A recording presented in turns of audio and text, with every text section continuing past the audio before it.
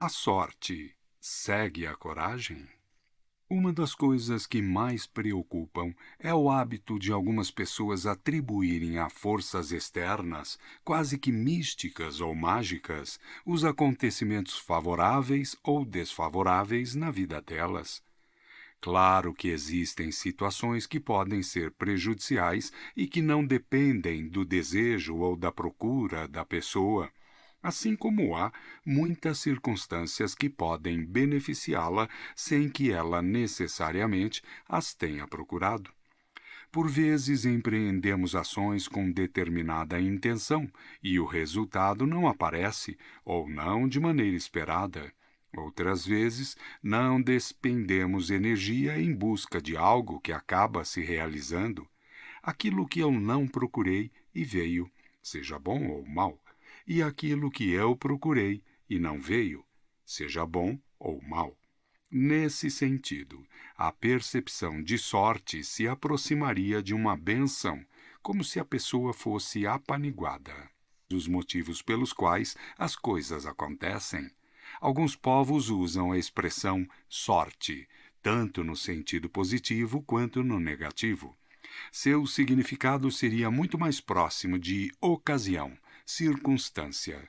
Em sua obra, o filósofo italiano Maquiavel, 1469-1527, trabalhou os conceitos de fortuna, que é o acaso, a sorte, favorável ou desfavorável, e virtu, o gesto deliberado, intencional, em busca de realizar, de empreender, de ordenar as coisas.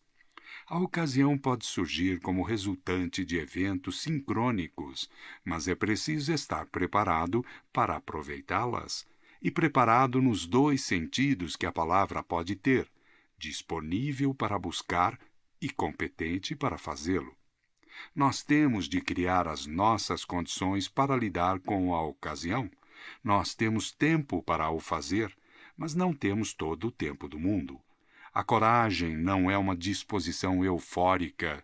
É necessário partir do pressuposto de que, se há despreparo, não é coragem, mas sim uma atitude temerária, impulsiva e leviana.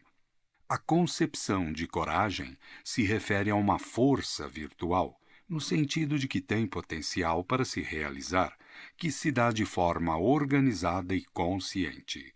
Essa força se caracteriza por ser uma disponibilidade, uma inclinação para uma ação eficaz, mas que precisa estar estruturada. Imaginar que coragem é meramente essa euforia preparatória e que seria suficiente para lançar-se em alguma atividade só faz aumentar a probabilidade de desastre. Por isso, a sorte segue, sim, a coragem.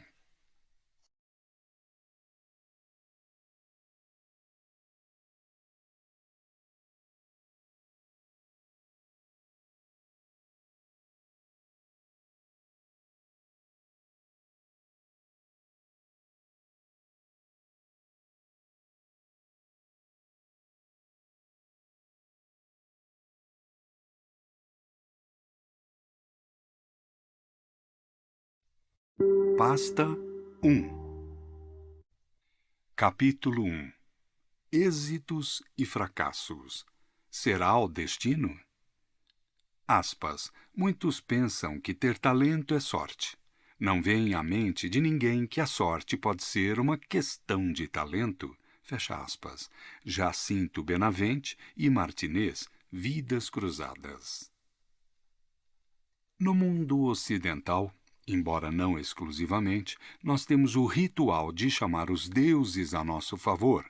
Ainda na antiguidade, os gregos, antes de começarem uma ação, uma conversa, uma batalha, um casamento, invocavam a proteção dos astros para aquele evento. Em latim, isso gerou uma expressão vinda do grego que é considerações. Sidera vem dos astros, daí espaço sideral. Considerar é chamar os astros, os deuses, no caso, as forças superiores a nós, para que venham em nosso auxílio. Por isso, chamando os astros, o que sucederá e o que será dificultado ganham uma origem exterior ao mundo humano. A ideia de sorte aparece de vários modos na nossa cultura. Por exemplo, olhem-se as antigas histórias de Walt Disney, presentes em muitas gerações desde meados do século XX, especialmente aquelas que tocam nos temas dinheiro, riqueza, sucesso. Há um estudo publicado em 1975, como Tio Patinhas no Centro do Universo, do sociólogo José de Souza Martins, no qual ele analisa 3 personagens que convivem com perspectivas e resultados de vida diferentes, mesmo estando no mesmo mundo e interagindo com as mesmas condições. O Peninha ilustra a pessoa criativa que tem iniciativa, mas nada dá certo porque é desastrado. O Donald é esforçado, dedicado, mas não é um sujeito bem-sucedido porque não tem sorte. Já o Gastão não precisa fazer nada e é sempre beneficiado pelas circunstâncias. Como tem o dom da sorte, as coisas vêm até ele. E isso, para muitas pessoas, já seria uma explicação. Peninha, o desadaptado. Donald, o azarado. Gastão, o sortudo. E assim tudo fica explicado para justificar êxitos e fracassos. O aspecto sorte aparece em outras histórias. Ali Baba descobre, por acaso, não só a caverna onde ficam os tesouros, como a palavra que dá acesso àquela fortuna. Ou a má sorte de Caim, que faz uma fogueira para que a fumaça levasse suas ofertas a Javé, mas a fumaça se dispersa, bem diferente da feita pelo irmão, Abel, que atingia as alturas. Caim se entendia como alguém amaldiçoado, capturado por uma aura de maldade. Em desenhos animados ou quadrinhos, há a conhecida imagem da nuvenzinha pesada em cima da pessoa, quando as situações estão desfavoráveis e tudo dá errado. A palavra sorte funciona como um racional muito forte, no sentido de que as pessoas a usam como explicação para o próprio fracasso e para o sucesso alheio. Dificilmente há o inverso, a expressão sorte usada para justificar o próprio sucesso. O meu sucesso resulta do esforço da minha capacidade. A noção de sorte é um grande modo de amparar situações em que não houve dedicação, esforço, inteligência, competência e habilidade naquilo que se fazia. Eu não tenho sorte, meu casamento vai mal. A famosa frase feliz no jogo, infeliz no amor imprime uma ideia de que existe uma porção de sorte, uma cota que pode ser maior ou menor, mas que é um recurso esgotável. Se tem sorte no jogo, não vai se dar bem no amor. Algumas versões dão conta de que a origem dessa frase estaria no fato de que quem ganhava nos dados ou nas cartas não ia para casa, mas para a taberna, local onde a patifaria era rotineira. Todas essas formulações têm por trás a suposição da existência de forças que, anteriores e superiores a nós, podem nos beneficiar ou nos prejudicar. Assim sendo, a iniciativa do indivíduo seria muito limitada. Esse tipo de pensamento se manifesta de diversos modos. Aconteceu tanta coisa ruim no começo do ano que pelo menos estou protegido até dezembro. Como se houvesse uma cota de bênçãos e de maldições, e essas crenças contribuem para que as ideias como sorte no jogo, azar no amor, se perpetuem. Quando se recebe algum agrado, logo se espera uma contrapartida. Um atleta que pode ter a boa fase interrompida por uma contusão. Um novo relacionamento que fica sob a ameaça de ter seu encanto quebrado. No primeiro atrito, o carro 0 km é retirado da concessionária e já se cria a tensão da primeira raladinha. É como se esse incidente fosse o pedágio, o preço a ser pago para ficar mais protegido. Como uma colisão é algo possível quando se trata de movimentar veículos, seria bom que viesse logo para cumprir a cota de malefícios, ainda mais quando alimentada pela inveja alheia e por outras forças sobrenaturais. Existe a ideia de que os deuses escolhem alguns indivíduos e essa predileção se dá por motivos desconhecidos. Por isso é desconcertante ver um grande patife tendo muita sorte, enquanto alguém de boa índole tem dificuldades para encontrar os caminhos abertos. Nas religiões, de maneira geral, a bênção vem pela capacidade de agradar a divindade, ou as divindades, no caso do politeísmo. Nós não temos uma compreensão clara, lógica, das razões por que certos eventos acontecem. Somos um ser que precisa construir ordem, dado que a realidade, olhada em si, não faz todo o sentido.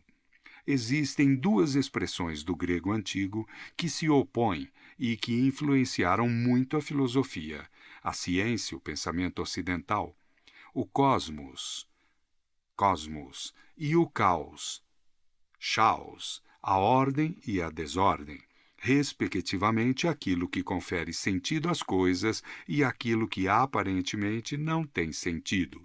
Nós não conseguimos viver em meio ao caos. Exemplo banal: você viaja e logo ao entrar num quarto de hotel procura deixar as coisas ao seu modo. Muda objetos de lugar, põe a escova de dentes no banheiro, coloca os pertences no criado mudo. Tudo para tentar deixar do seu jeito, isto é, colocar a sua ordem. Como a vida é aparentemente caótica e as coisas não fazem sentido o tempo todo, temos necessidade de construir nossos polos de referência. Precisamos explicar por que as coisas se sucedem de tal forma, isto é, se eu sou vitimado ou protegido, benquisto ou malquisto, no amor, na carreira, na convivência, no futebol. Tem de haver uma explicação. No ambiente do esporte, a presença de rituais é bastante frequente, de benzeduras à repetição da cueca ou da meia. Tanto atletas e treinadores quanto torcedores recorrem a todo tipo de expediente para atrair forças protetoras. Nós vamos construindo rituais para atrair a sorte e adotamos símbolos para compor o nosso cotidiano. Pode ser carregar um objeto, um elemento da natureza, como um galho de arruda, ou fazer algum gesto ou sinal. Cultivamos os nossos ritos, e mesmo quando algo não sai do esperado, esses hábitos não são abandonados. Como dizia o cientista das religiões e filósofo romeno Mircea Eliade, 1907-1986, o rito reforça o mito. Um atleta tem algum rito, e ainda que sofra algum revés, que as coisas não deem certo, ele persiste naquela prática. Mesmo que o time esteja numa fase complicada no campeonato, o jogador de futebol faz o sinal da cruz ao entrar em campo, geralmente após tocar os dedos na grama. As disputas são fortemente marcadas pela ideia de sorte, tanto que boa parte dos jogos é chamada de jogos de azar, aqueles em que se supõe que a interferência das forças externas é até maior que a ação dos competidores. O futebol não é chamado jogo de azar, embora exista o bordão que o rotula como uma caixinha de surpresas. Possivelmente essa expressão circula porque existe o imponderável, a despeito de toda a preparação física, técnica e tática para as partidas. O jogador pode estar muito bem condicionado, em boa forma atlética e atravessar uma fase em que tudo dá errado para ele, ou não estar 100% fisicamente, ter algum incômodo por lesão, mas tudo dá certo. Mesmo quando não acerta o chute em cheio, a bola entra. Ou, mesmo com todos os jogadores na área, a bola sobra para ele balançar as redes. Esse tudo dá certo ou tudo dá errado é o que a ciência chamaria de simultaneidade ou sincronicidade, quando há uma conjunção de fatores que levam a determinado desfecho. Tudo deu certo. Estava no local exato. O zagueiro adversário falhou, O goleiro escorregou, a assistência veio precisa, ou seja, uma convergência de circunstâncias favoráveis. Tudo deu errado. O goleiro do time rival fechou o ângulo. A tentativa de tirar do alcance, a bola quicou na irregularidade do gramado. O chute não pegou do jeito desejado. Gol perdido. Era o destino?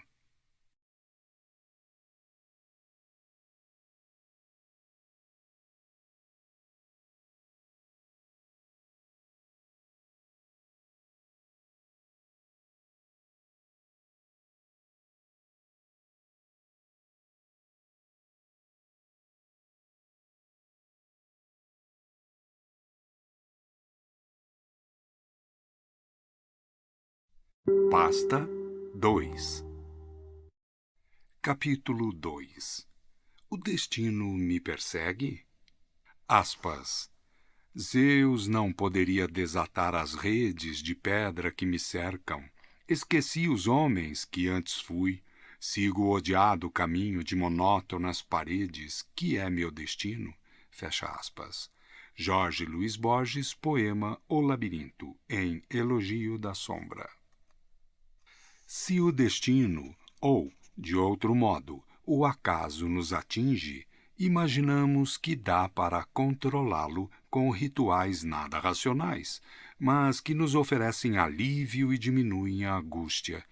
O rito é mantido porque seguimos uma lógica, por nós mesmos estruturada e introjetada para explicar o que nos acontece de bom ou de ruim. Ela ganha um status de conduta protetiva e, portanto, não pode ser rompida.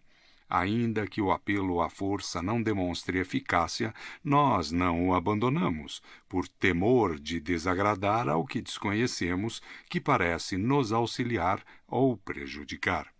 Afinal, estamos lidando com forças que são anteriores a nós e que não são impossíveis, no sentido de constituírem uma possibilidade, mas improváveis, por ser difícil comprovar sua existência. Ao adentrarmos esse campo, vamos mantendo nossos rituais na suposição de que abandoná-los pode nos trazer algum mal, alguma danação. Criado esse vínculo, está formada uma relação de servidão. Somos incapazes de nos desconectarmos de alguns modos de ação. Muitos deles são cultivados desde cedo. A criança que não deixa de fazer o sinal da cruz, senão o pai dela vai morrer. O sapato não pode ficar virado ou a entrada sempre com o pé direito em algum lugar. É como se houvesse uma ordem que não depende de nós. A palavra latina sobrenatural ou a grega metafísica expressam aquilo que vai além do mundo material. É curioso porque essa conduta de acepção mágica do mundo não depende tanto de escolaridade. Mesmo que a pessoa tenha uma formação intelectual mais sofisticada, portanto mais voltada para os ditames da ciência, pode cultivar seus rituais metafísicos, ter suas superstições. Qual é o sentido disso? Não há. Ele é um sentido idiosincrático.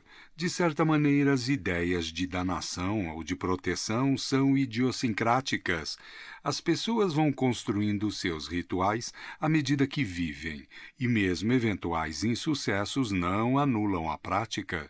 Tanto que, quando um evento desfavorável acontece, a pergunta é: o que eu fiz para merecer? Na esteira desse questionamento inconformado, podem surgir outros tantos. Fiz para quem? Para o mundo? Fiz porque existe um roteiro? Ou eu estou fadado a seguir nesse caminho? É como se houvesse uma negociação com as forças. A expressão "porque logo eu" sugere a existência de uma carga maléfica no mundo que tem de ser descarregada de algum modo. E por que direcionada logo a mim? Meu pai, Antônio, contava em tom divertido um evento desagradável pelo qual passou. Domingo de sol, Pacaembu lotado, 60.000 pessoas, a pomba vem e faz cocô justo na minha cabeça. A gente ria, mas no fundo ele estava falando o que eu fiz para merecer isso. Num caso assim, a ciência vai lidar, como antes lembrado, com a ideia de sincronicidade, que faz sentido.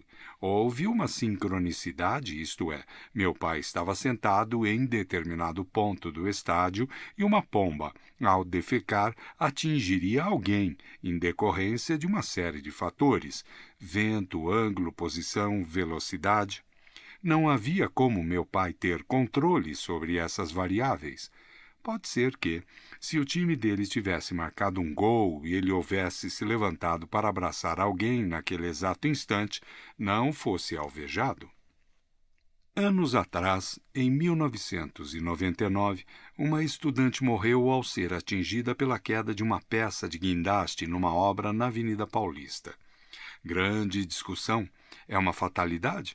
Mas essa fatalidade veio de onde? Aconteceu porque ela merecia? Porque havia chegado a hora dela?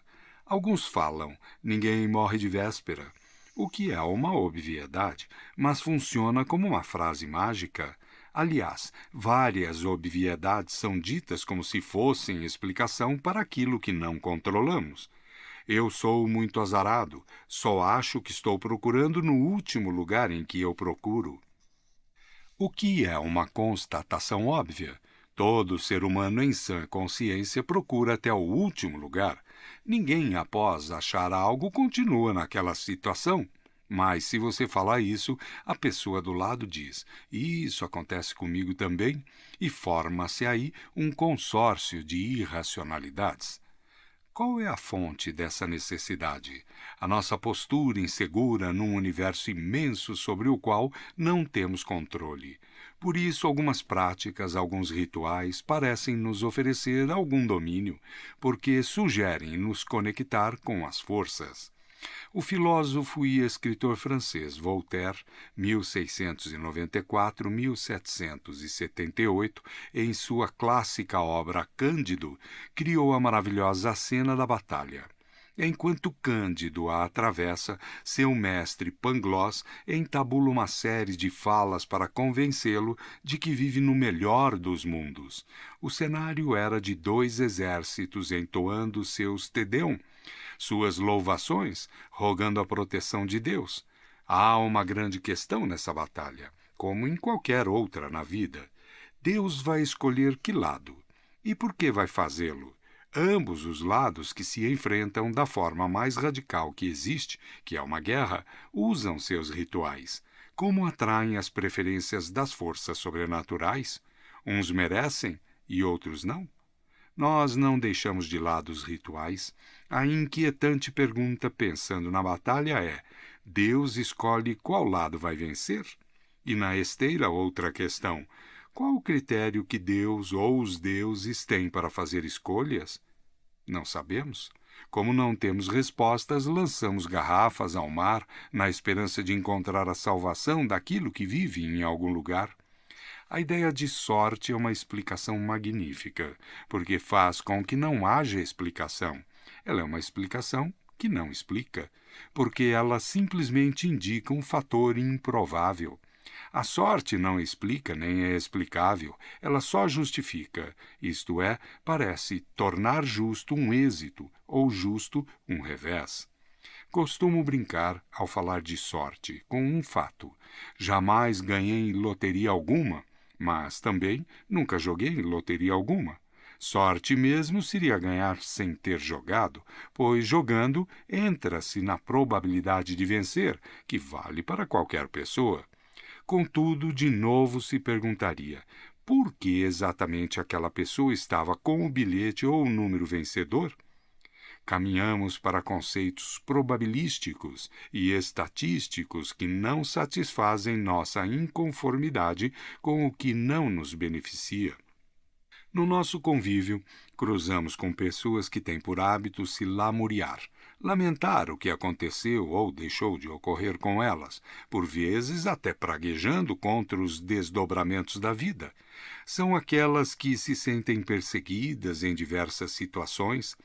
O poeta gaúcho Mário Quintana, 1906-1994, no livro Espelho Mágico, 1951, refere-se de modo divertido a esses queixosos. Aspas, não tentes consolar o desgraçado, que chora amargamente a sorte má. Se o tirares por fim do seu estado, que outra consolação lhe restará? Esses versos mostram que, de fato, existem muitas pessoas que usam esse argumento para se consolarem da má sorte, do mau trabalho, do mau relacionamento, dos rumos desoladores que a vida tomou, em vez de fazerem algum esforço efetivo para mudar uma situação desfavorável, adotam esse expediente do resmungo. Trata-se de um choro conveniente, pois em grande medida se presta a justificar para elas mesmas as razões de seu fracasso. O teólogo e filósofo Agostinho de Hipona, 354-430, tem por muitos conhecido como Santo Agostinho, tem um texto que diz que, aspas, de dentro da prisão tem aquele que olha para o lado de fora para procurar o sol, e aquele que olha só o chão em que a grade se reflete. Fecha aspas. Muita gente no mundo do trabalho assume um papel de vítima sacrificial. Não me deixam avançar, não querem, não permitem. A pessoa que se enxerga nessa condição não consegue vislumbrar nada que a leve fora da desgraça, da suposição de que existem forças ocultas ou explícitas que a amarram. Há um cabedal de justificativas para um insucesso. Eu tento e não funciona. Eu não tenho sorte. Por mais que ande, eu não saio do lugar. Não dou para o negócio. Não sei fazer política. Não fico fazendo marketing pessoal. Sou muito sincero e acabo batendo de frente. Falta de sorte ou de coragem?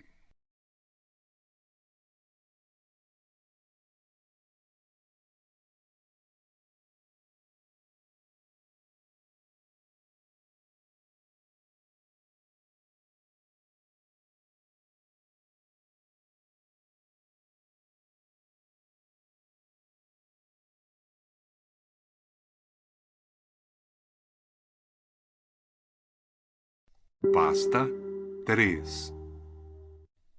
Capítulo 3. A ocasião faz o padrão. Aspas. Esforço vão, indivíduo nenhum, pode ir de encontro à época em que nasceu. O tempo é um rio que leva ou que afoga. Nele se nada, nele ninguém manda. Os grandes homens de que fala a história foram os que entenderam bem seus tempos. Não amanhece porque o galo canta. O galo é que canta porque amanhece. Fecha aspas. Henri Madache, A Tragédia do Homem. Posso eu ter uma carreira em que a sorte tem seu papel? A circunstância favorável? Sim. Ela sozinha não é suficiente. A sorte, isto é, a circunstância, a ocasião, a chance, é essencial, mas não exclusiva. De nada adianta ela aparecer se eu não tiver o movimento, a inclinação, a orientação, a tendência de seguir naquela direção.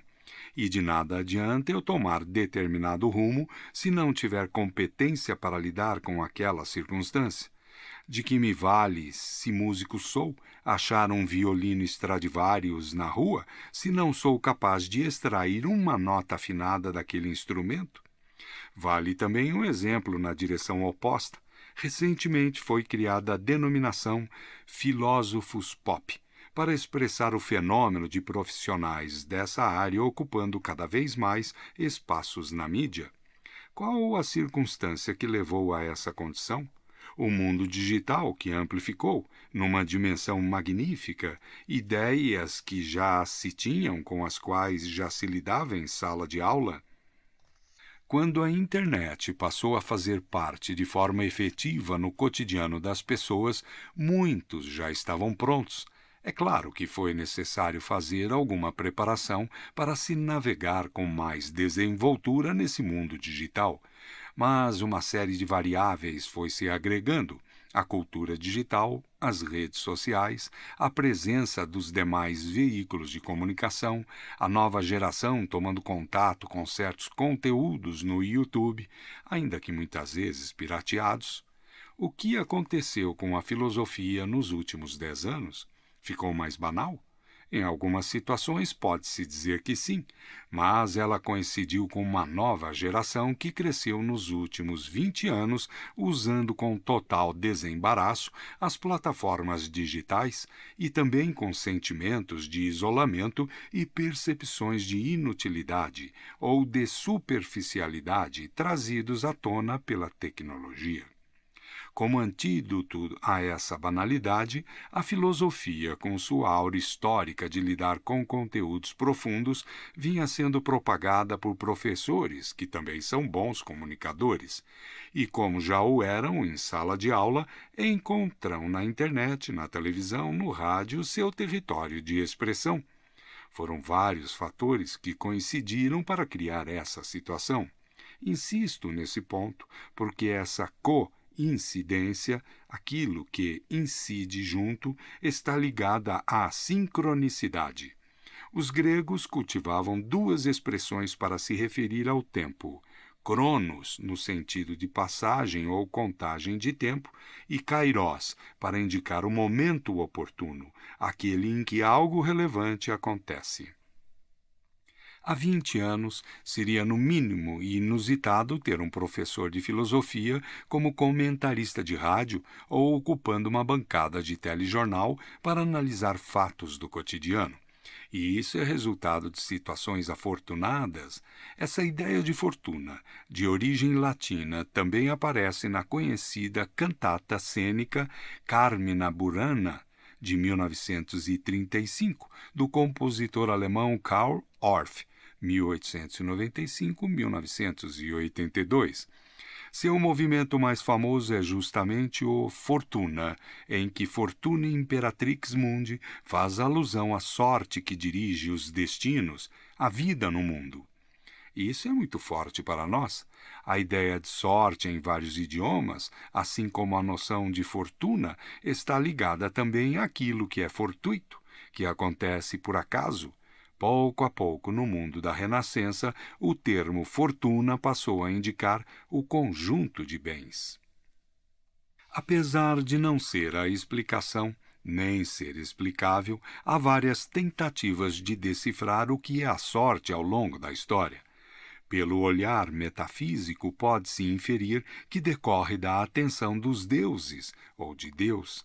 São forças com as quais eu me conecto ou sincronizo, gerando uma sintonia com o universo. Por exemplo, recuperando clássica narrativa, porque Arthur conseguiu tirar a espada Excalibur, porque era o escolhido. Por quem? Pela Dama do Lago. Onde está a Dama do Lago? No lago? Onde? Lá no fundo? Você já viu? Não, porque ela não aparece para humanos. Outro exemplo. Este na narrativa judaico-cristã islâmica. Moisés, no meio do deserto, ouve uma voz que o chama. Depara com uma árvore que pega fogo e não queima, chamada de sarça ardente, e ele pergunta: quem é o Senhor? A divindade responde, de modo magnífico como concepção teológica: eu sou o que sou. Ponto. Talvez Moisés falasse: mas sou o que sou o quê? Eu sou o que sou. Ele só é. É um sujeito que não tem predicado. Quando se indica um predicado, há uma redução. Quem você é? Sou eu.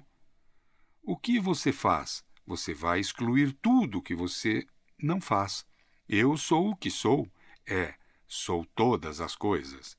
Por isso, a divindade judaico-cristã islâmica é chamada de inefável, aquilo que não pode ser dito.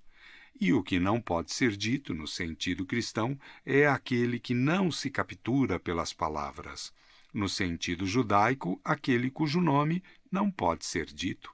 Fortuito é aquilo que aconteceu sem uma provocação. É um fato não intencional.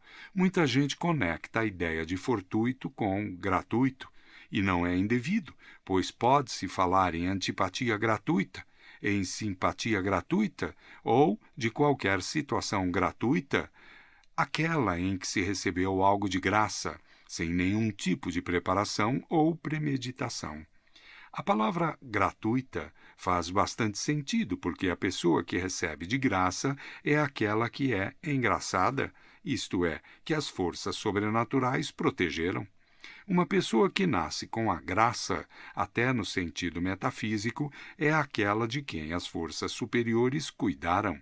Ou, nos termos usados pelas religiões, aquela que as divindades ungiram, deram bênção. Abençoada é aquela que interiorizou o bem recebido, diferentemente do amaldiçoado. Aquele que foi abençoado recebeu de graça, portanto, não pagou, mas foi agraciado com o benefício.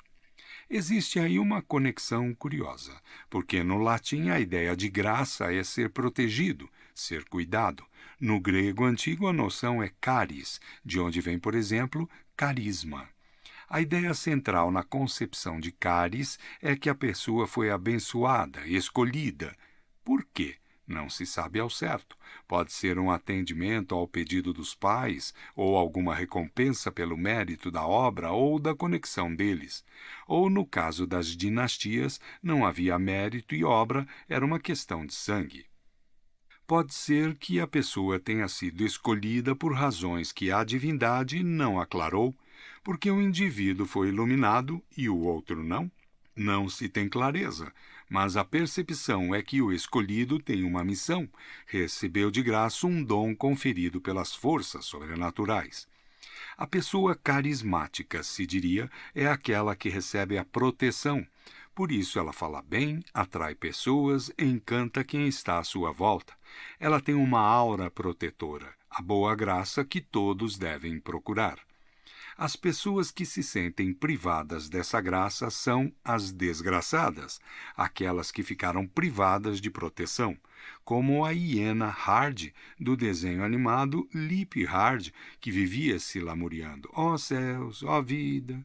E o melhor trecho desse bordão é o ó céus, que é uma invocação de forças que deixaram de cuidar. Quando as forças descuidam de alguém, tem-se o desastre. É quando ocorre a separação dos deuses ou dos astros. Quando se deixa de receber a graça, a desgraça se instala. Ô trabalho desgraçado! Ô família desgraçada! A graça produz um encantamento, tanto que se diz: olha que família encantadora! Mas que pessoa encantadora! Pode-se interpretar que desgraçado é aquele que tem pouca coragem, não no sentido de valentia, mas de força, de vigorosidade, de firmeza de propósito. Quando uma possibilidade se anuncia, é preciso força e determinação para levá-la adiante até que o objetivo se concretize. Os latinos caracterizam essa ideia do chamado como vocação, mas além da vocação, existe a provocação. A ideia central é que, diante de uma situação desgraçada, a pessoa otimista, isto é, aquela que tem uma vitalidade mais exuberante, pensa: bom, valeu a experiência. Isso demonstra que ela procura algo engraçado dentro do desgraçado. Já a pessoa pessimista, aquela sem vitalidade de ação, enxerga a desgraça como ponto final. A característica do desgraçado é ser conclusivo. A pessoa que tem uma vitalidade maior entende o acontecimento desgraçado como etapa. Há uma diferença entre olhar a desgraça como etapa e olhá-la como conclusão. Aí é que entra a energia da coragem.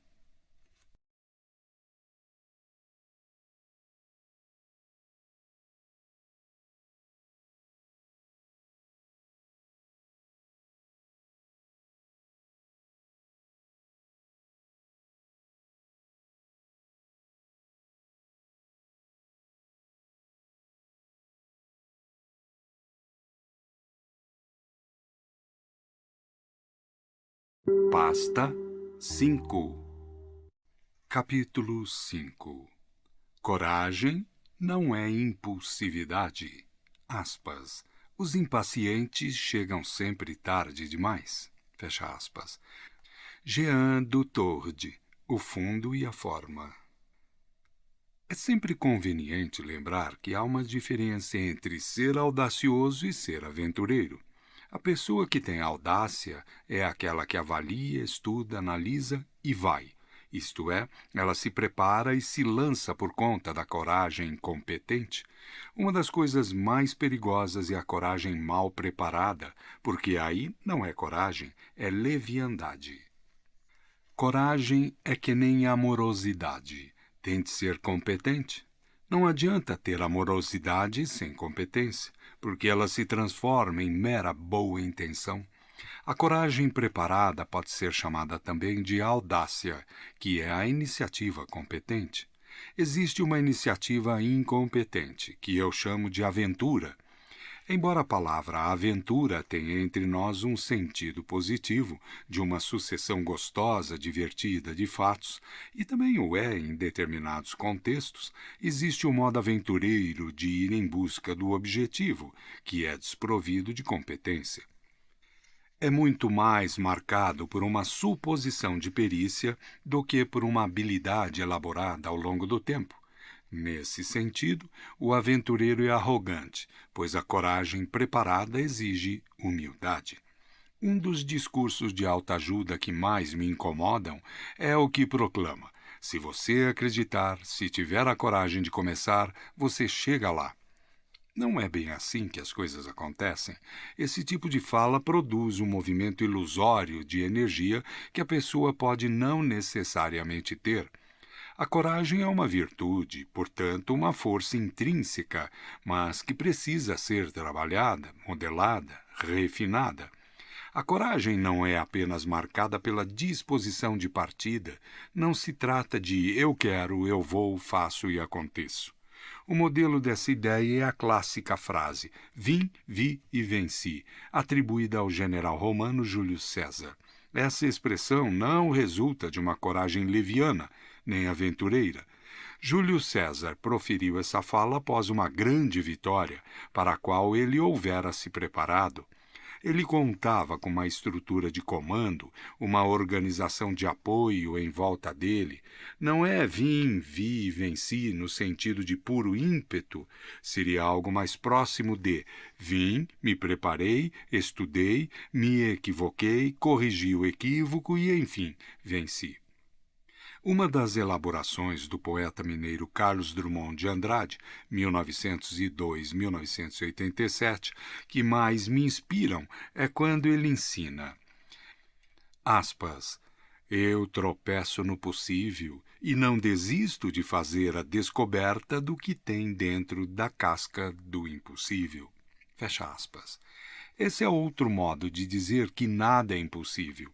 Ou uma máxima antiga que costumo citar: o impossível não é um fato, é apenas uma opinião. Nesse sentido, penetrar na casca do impossível até achar o possível lá dentro é a construção da oportunidade. O que ela exige? Dedicação, meios, recursos, aproveitamento das circunstâncias. Não basta eu apenas querer. Estou disposto, então eu vou. Claro que não é assim. Isso é delirar, é desconhecer o quanto as condições influenciam para que algo se concretize ou não. Eu preciso ter meios e colocá-los a serviço do meu projeto. O mesmo cuidado vale para a dependência de drogas ou para o consumo de tabaco ou álcool. Evidentemente, a força de vontade é um componente que consolida parte da ação, mas ela em si não é o bastante. Vou dar um exemplo concreto. Eu fui fumante durante 30 anos. Consumia 3 maços por dia, em que pese o fato de eu ser um docente, na época era permitido fumar em sala de aula, dava uma tragada ou duas e o cigarro ia queimando enquanto eu falava. Era o chamado cigarro de professor. No final das contas, 3 maços equivaliam a 1 por dia. Mas um maço já era demais para quem sabe o que significa o tabagismo. Eu nunca havia parado de fumar, embora já tivesse cogitado fazê-lo. O que me impedia era imaginar o sofrimento que a cessação do cigarro me causaria. Essa ideia da privação era para mim insuportável, portanto, eu não tinha uma disposição para largar o vício. Obviamente, eu sabia dos males e estava consciente da necessidade de parar, mas não tinha ânimo para fazê-lo. Todavia, em janeiro do ano 2000, eu decidi que pararia de fumar e estabeleci uma data de fácil lembrança para realizar o meu objetivo, 8 de março, Dia Internacional da Mulher. O que fiz de janeiro a 8 de março? Eu preparei a coragem. Como? Fui criando as condições. Comecei a analisar os fatores que me levavam ao consumo do tabaco de maneira viciada e não de maneira prazerosa. Tomar café, o uso eventual de bebida alcoólica, o hábito de acordar e automaticamente pegar um cigarro, etc.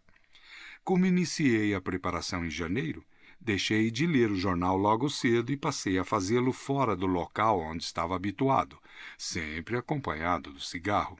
Eu adiei também o horário do café e, com isso, ia diminuindo o número de cigarros. Fui quebrando condicionamentos e hábitos. Passei a escovar os dentes imediatamente após as refeições para não ficar com o sabor da comida, porque isso também me instigava a fumar. Reduzi a minha ingestão de bebida alcoólica aos sábados e domingos, já que durante a semana isso era muito raro. Ainda assim, precisei intensificar esse esforço e fiquei 6 meses sem tomar uma gota de cerveja ou vinho. Quando chegou o dia 7 de março, às 23 horas e 55 minutos, só o fumante sabe o que é guardar data, afinal, vício é vício. Eu acendi o meu último cigarro. E aí sim, a coragem da força de vontade. Esse será meu último cigarro. E o fumei de maneira inédita. Em vez das poucas tragadas, esse eu fumei quase até o filtro. Depois disso, não escondi o maço, não o afastei das minhas vistas, mas precisei de muita coragem no sentido de enfrentamento. Passei os 10 dias seguintes em estado de desespero. A todo o momento eu queria o cigarro, e é nessa hora que a força de vontade vale. Para isso, porém, eu havia criado ocasiões que ajudassem a quebrar hábitos e a me estruturar no caminho de libertação do vício. O momento mais crítico era quando eu estava escrevendo, pois a vontade batia forte. Para substituir o cigarro nas mãos, cortava cenoura crua em palitos, que apreciava muito na infância, e cada vez que vinha o desejo de tragar, eu mastigava uma cenoura. Não foi na base do vamos que vamos, estamos falando de um vício que se estendeu por décadas. O movimento dos alcoólicos anônimos, AA, estimula o uso da frase "eu hoje não bebi", repetidamente, para reforçar cada conquista, ainda que parcial. O mesmo princípio é aplicado para outros tipos de dependências, porque é preciso ter essa clareza de objetivo cumprido, porque se o dependente não preparar a sua disposição de modo contínuo, ficará só no campo da boa intenção e todo o esforço poderá ser soterrado por uma recaída. Desde que me dispus a parar de fumar naquele 8 de março, nunca mais coloquei um cigarro na boca, nem mesmo apagado. Será que eu fui provado em relação a essa coragem durante todos esses anos? Claro que sim. Houve situações em que eu estava numa tristeza grande de perder uma pessoa próxima ou de saber que ela estava partindo, e o gesto foi automático. Em 2 ocasiões, pelo menos, eu me lembro de ter batido a mão no peito, na altura do bolso da camisa, à procura do maço. Se alguém ao meu lado me oferecesse um cigarro, eu precisaria movimentar toda a minha energia para recusar. Se eu tivesse um maço de cigarros no bolso naquelas ocasiões, talvez eu me rendesse. Isso significa que a coragem não é inesgotável. Ela necessita de uma reflexão e de um preparo contínuos. É uma disposição que corre o risco de se enfraquecer. Existem situações em que o vamos que vamos até pode gerar resultado favorável, mas geralmente decorre de alguma casualidade. Há relatos de pessoas que, sendo aventureiras, obtiveram sucesso, beneficiadas por alguma circunstância favorável. Mas o número de situações assim é tão limitado que não serve como referencial. Mesmo aqueles que tiveram lampejos de genialidade sem preparação são tão raros que também não nos servem de inspiração. Tal como Forrest Gump, personagem que dá título ao filme de Robert Zemeckis, de 1994, interpretado por Tom Hanks, é um clássico do herói casual, que está no lugar e no momento em que fatos importantes acontecem, mas ele mesmo tem pouca ou nenhuma intencionalidade em provocar aquelas situações narradas no filme.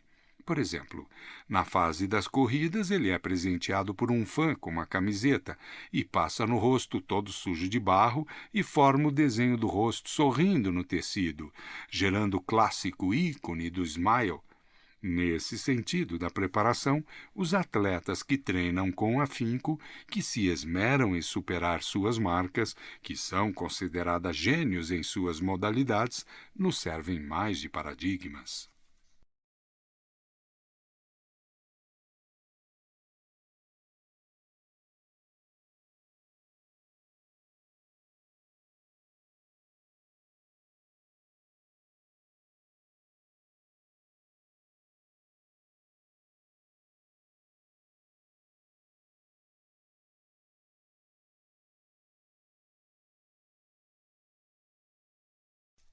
Pasta 4. Capítulo 4. A pessoa certa no lugar certo, na hora certa. Aspas. O medo tem alguma utilidade. A covardia não. Fecha aspas. Mahatma Gandhi, discurso. É relativamente comum ouvir o comentário: aquela pessoa tem uma sorte danada, olha como as coisas dão certo para ela. Não necessariamente. Em muitos casos, o que a pessoa tem é coragem de buscar, de fazer, de estudar, de se organizar, de se preparar. A frase "a pessoa certa na hora certa, no lugar certo" é a indicação dessa perspectiva. A hora certa é o momento em que a circunstância aparece. O lugar certo também é circunstancial. A grande questão é: o que é a pessoa certa? A pessoa certa dessa frase é aquela que está preparada para fazer o que tem de ser feito e para fazer o que pode ser feito em determinadas circunstâncias.